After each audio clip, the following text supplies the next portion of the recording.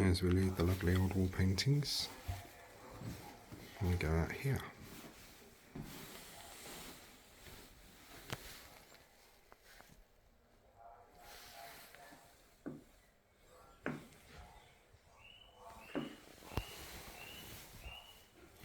Pest control. Repair work to panelling in 1992 revealed that prickly gorse plants had been placed inside the wall cavities, as you can see below. That they would have done to prevent mice and rats, because if you get a gorse prickle in you, you really do know about it. Barking Town Hall.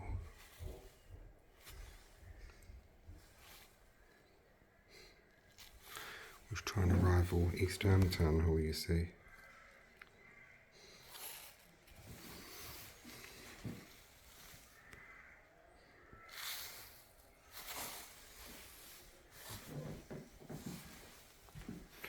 Architect's drawing of Barking Town Hall.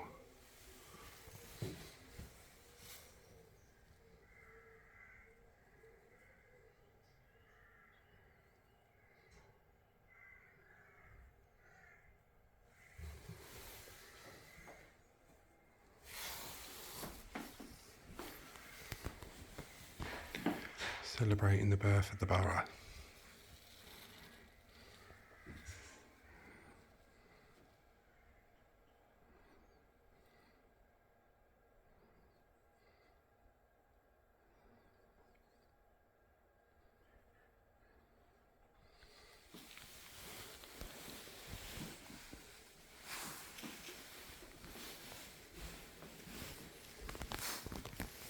And we're going onto our last room upstairs with this, as you can probably agree, very amazing model. Dagenham Village. Exploring Dagenham Village. Crown Street was the main street running through Dagenham Village, where many of the village's most important buildings were located. It was first mentioned in 1441, prior to which it had been known as Dagenham Street.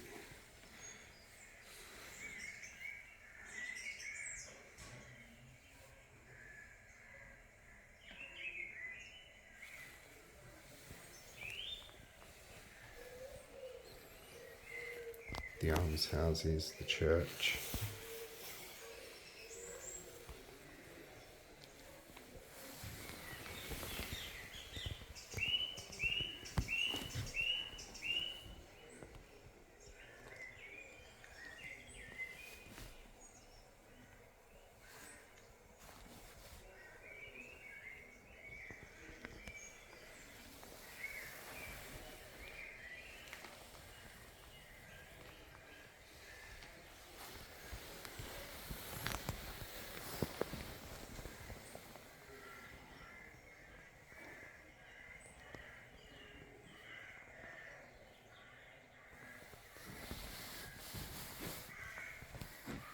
This will be a church that I'll cover at some point. I'm not quite sure when.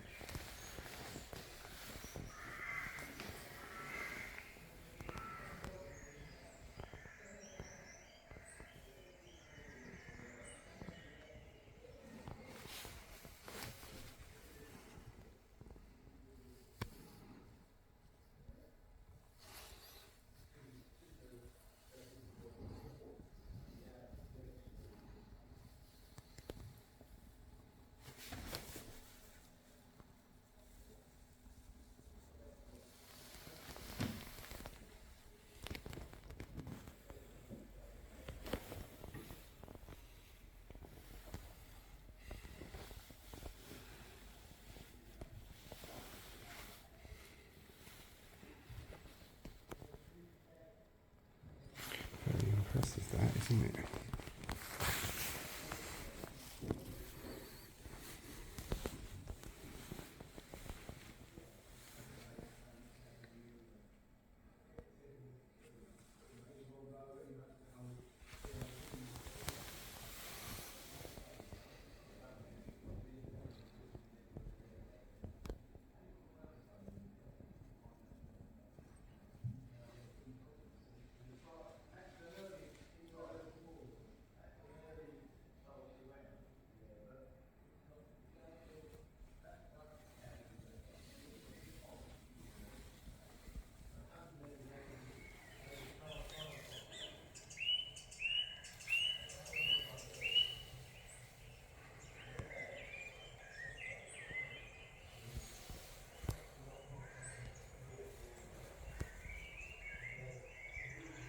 Different world, eh?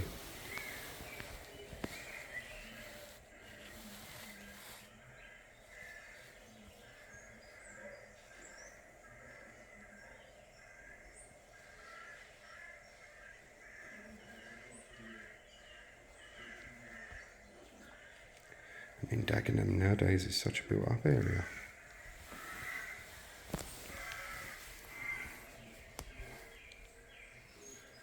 Oh, this looks interesting. The Unsolved Murder of George Clark. I'll read that one out in a minute.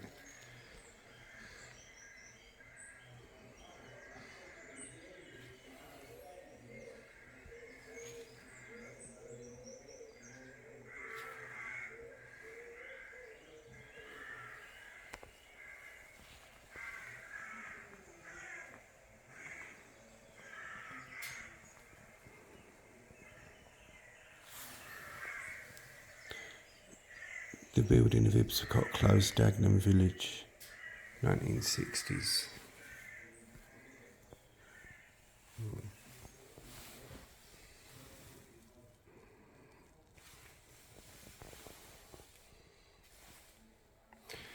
The Unsolved Murder of George Clark. One of Dagenham's great mysteries, 20-year-old P.C. Clark went on duty at 9 p.m. on Monday the 29th of June 1846, patrolling the Eastbrook End beat, alone on foot. His body was discovered in a cornfield 4 days later.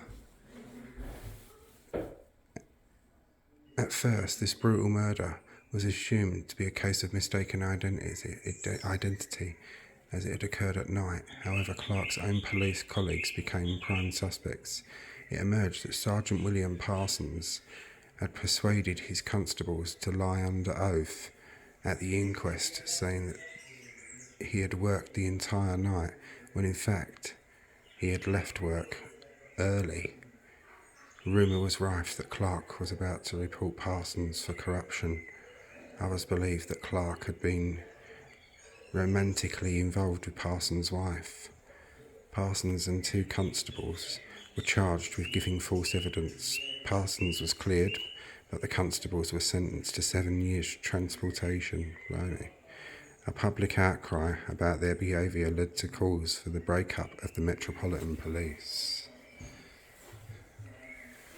Sacred to the memory of George Clark, late police constable of K Division, the Metropolitan Police, who was inhumanely and barbarously murdered in a field at Eastbrook End in this parish whilst on duty on the night of the 28th or the morning of 30th of June. And there's a reward there, £100 reward. Despite the huge reward offered, nobody was ever convicted of the murder. But who killed P.C. Clark? 12 years later, Mary Ann Smith claimed that 4 men, including her former husband William Page, had killed Clark after he caught them stealing sacks of corn. 2 of the men were now dead, another living in Australia. The only man charged with murder was George Blewett, but he was freed at the Essex Assizes because Mary Ann Smith's evidence could not be confirmed. The case remains unsolved. That's fascinating. Policemen from the 1860s showing the uniform that George Clark would have worn.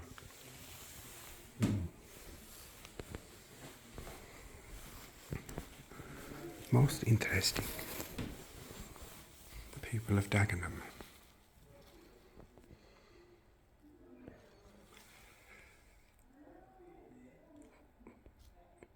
James Parrish, born 1861, of Heath Farm, Beckentry Heath, with his wife Emily and children circa 1901. They later moved to Woodlands in Rainham Road North.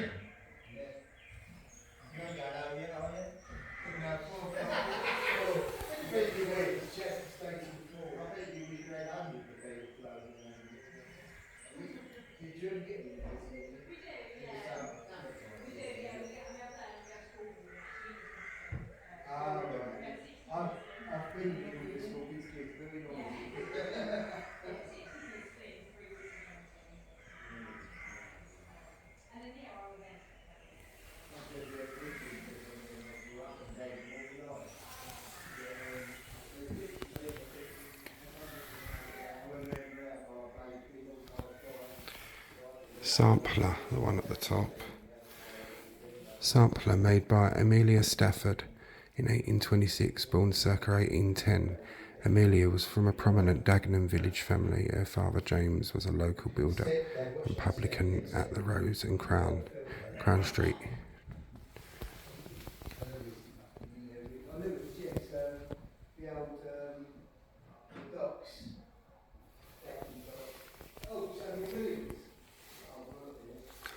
Sampler made by Sarah Stone. Sarah Stone, author of Ford's School in 1843. Sarah was born in Dagenham in 1831 and would have been 12 or 13 when she made this sampler. At this time, girls would have been taught basic reading, writing, mathematics, history, as well as practical subjects such as sewing and embroidery. A wooden pointer, used at village infant school by teachers to point at the blackboard circa 1960 to 68. Trade tokens. Trade tokens were used at London markets to pay porters for their work or as a deposit for returnable items such as baskets. They were exchanged for money at the end of the day. Each of these tokens bears the name of agricultural tradesmen from Dagenham who sold their produce at the London markets. And a bell used at the village infant school circa 1970, and an abacus as village infant school used at the village infant school until its closure in 1968. Abaci were used to teach children numbers and arithmetic. So there's the tokens.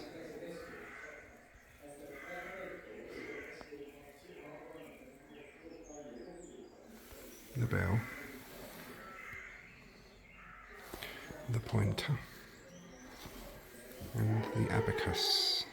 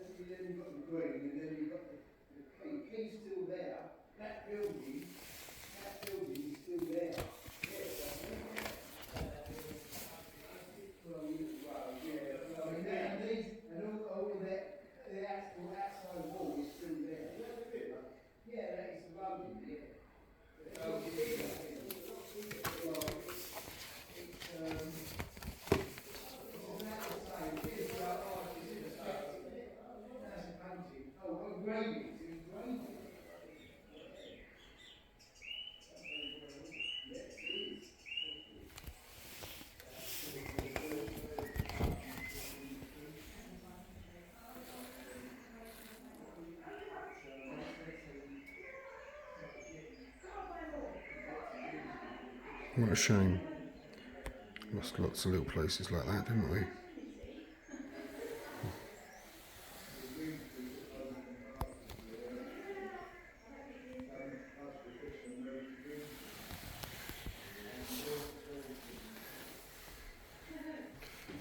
We have an Abbury cultural smock frock. Saw one of those in Eastbury. Seed drill and fiddle. Jethro Tull invented the seed drill, revolutionised farming.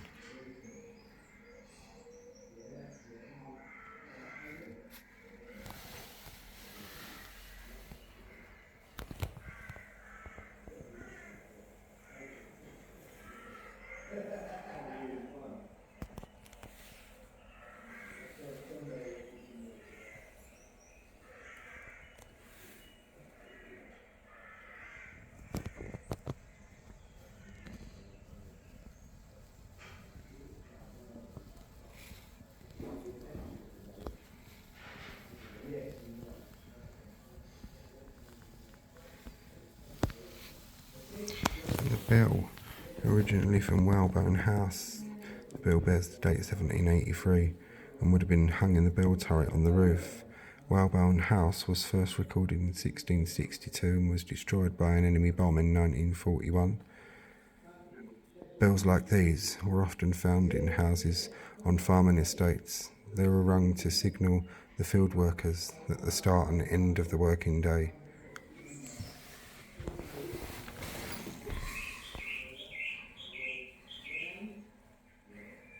And you can see the weight on it, so it would have been on a swinger rather than just being a rope going to a clanger. That'll be led that way.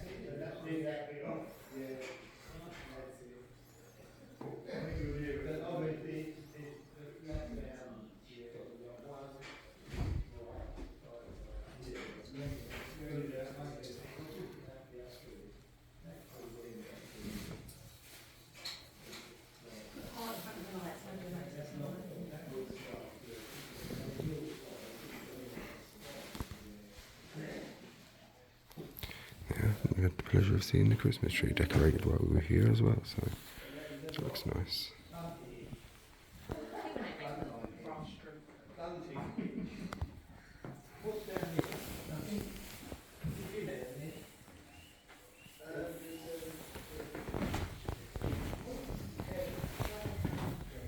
Drake's Mill Marks Gate.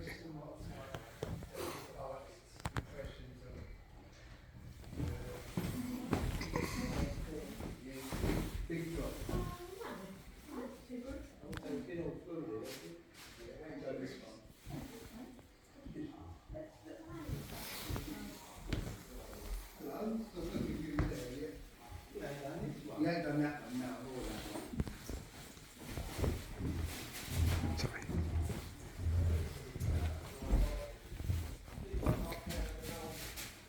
Mary Lynn Sell with her daughter Annie. I like doing the bells.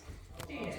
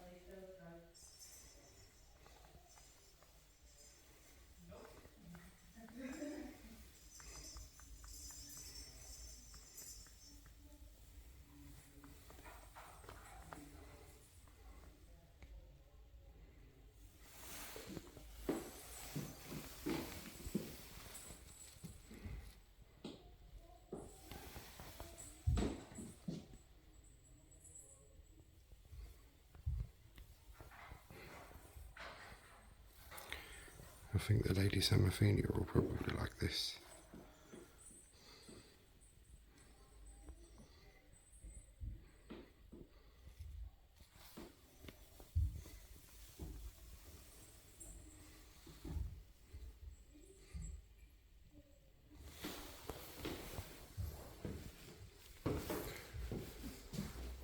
And Lady Fanshawe, 1606 to 1628.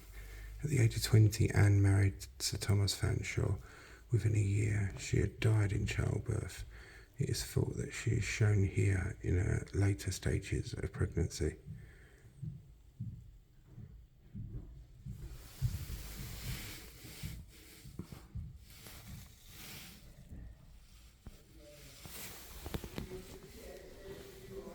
Quite unusual to have a woman depicted pregnant in those days.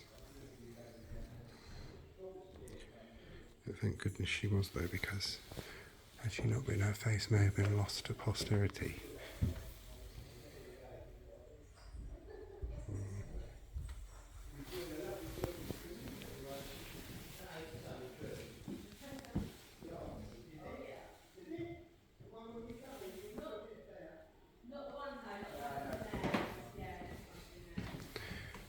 And chest owned by John Gascoigne Fanshawe, 1746 to 1803, 6 of the Parslows.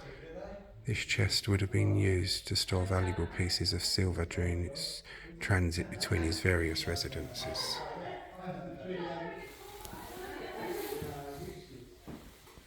Henry Fanshawe, 1506 to 1568.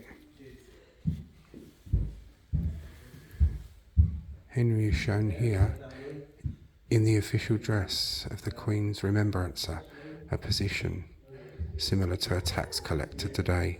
The portrait was probably painted to mark his appointment to the post in 1566. English school, circa 1566. Thomas Fanshawe, 1533 to 1601.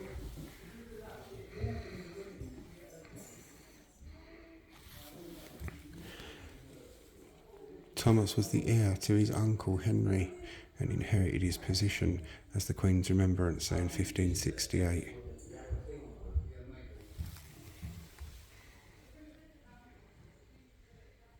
Marcus Stewart's 1590.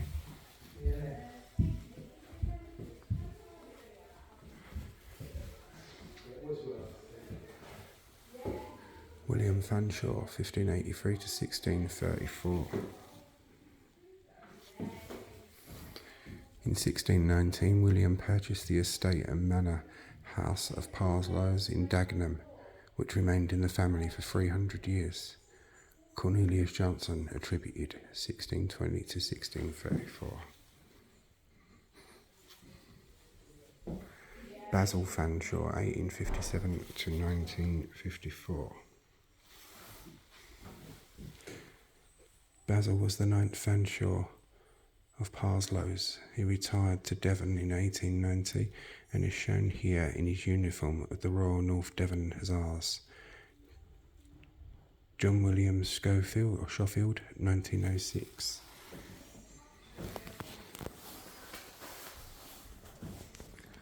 Parslows Manor House from Gorsbrook.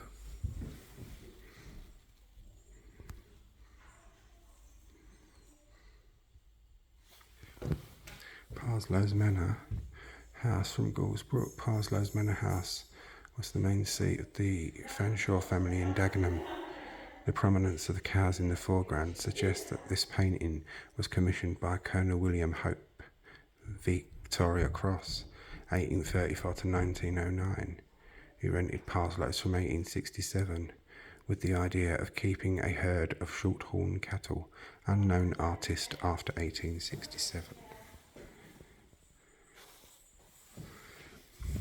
Aubrey Fanshawe, 1893 to 1973.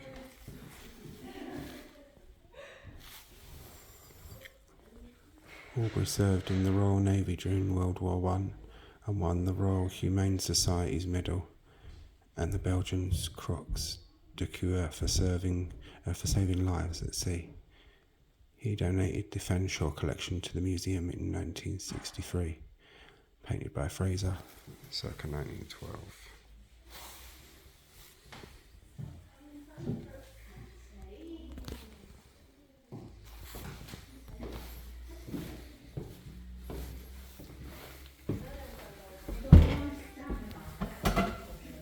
Structural support.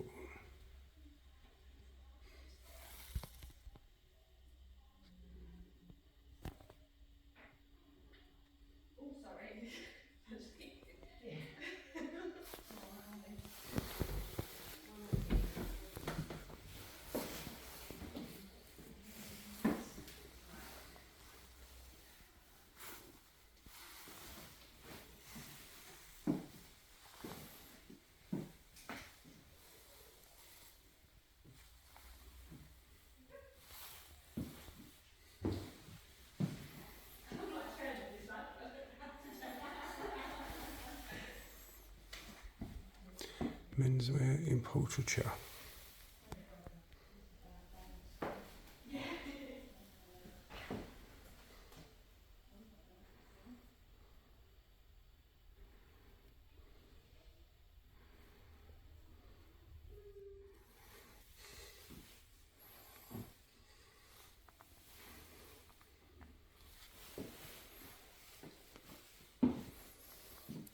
Charles IV Viscount Fanshawe of Dromore, 1643 to 1710, painted by John Riley, 1680 to 1685.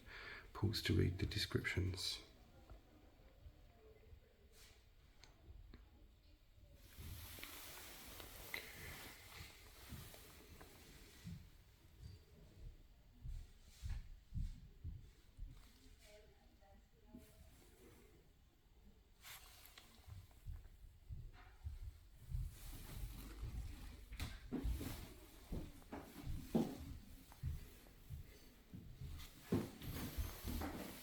Simon Fanshawe, 1604 to 1679.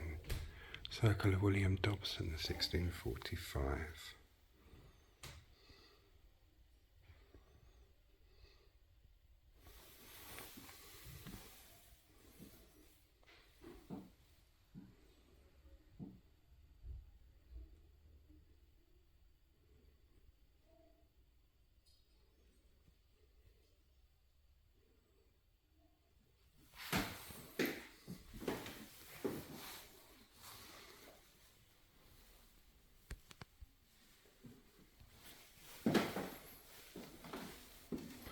Thomas Fanshawe of Parslow, 1696 to 1758.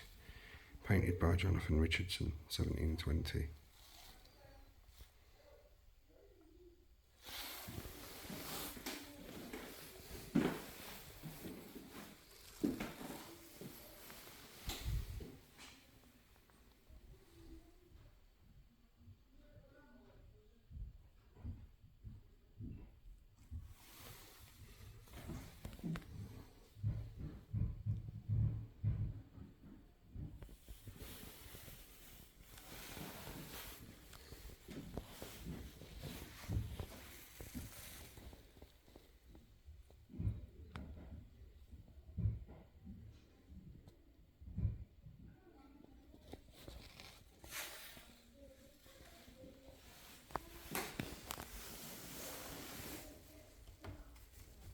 Temptation to be nosy and look in the cupboard doors is just overpowering, isn't it?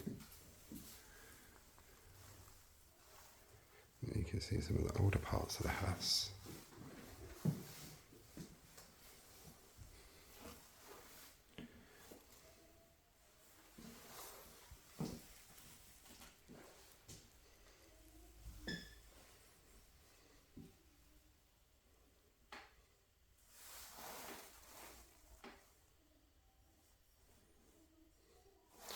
Join me for the next part.